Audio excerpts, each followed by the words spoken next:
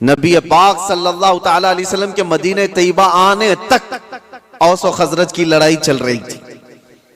और अगर आप ये कहें ये अरबों की जिहालत और इनकी निहायत ही बदमाशी का हाल होगा, तो ऐसा नहीं है मेरे अजीजों। उस जमाने में ईरान का भी वही हाल था, रोम का भी वही हाल था।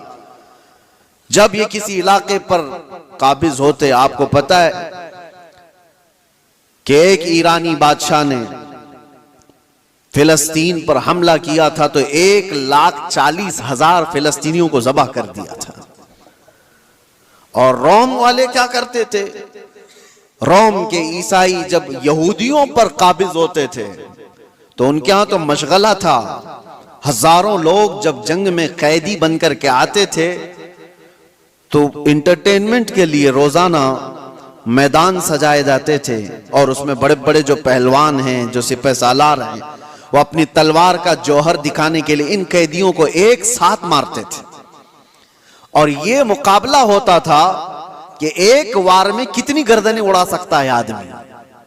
ये रोमियों के यहां मशगला था ही उनका। जब यहूदियों को कब्जे में ले लेते थे या कैदी बनाकर लाते थे तो एक एक तलवार के वार पर 10-10 लोगों की गर्दनें उड़ाना वो समझते थे बहादुरी का जौहर है। और कहीं पर उनको इस चीज का कोई अफसोस नहीं कि इंसान किस तरह काटे जाते हैं। एक तो आपको मैं बताऊं, बहुत मशहूर एक शख्स है जिसको डार्लिंग ऑफ ह्यूमन रेस कहा जाता है। तारीख में आप पढ़ लेना, इसने क्या किया है। तकरीबन 60,000 के करीब यहूदियों को कब्जे में लेकर एक बहुत बड़े इलाके में उनको बांध दिया और जंगल के खतरनाक दरिंदे ला करके उनके ऊपर छोड़ दिए गए थे। वो नोच नोच करके खाते थे और ये लोग तमाशा देख देख कर तालियां बजाते थे।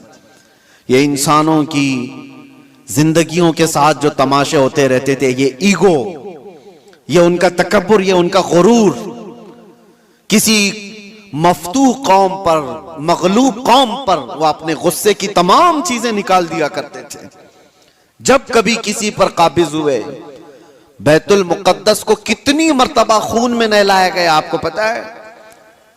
टाइटस के जमाने में पूरे फिलिस्तीन में ऐसी जंग हुई थी कि घोड़ों के टाप पूरे खून से भर जाया करते थे। जब भी घोड़ा किसी भी गली में जाए खून के बगैर नहीं आता था।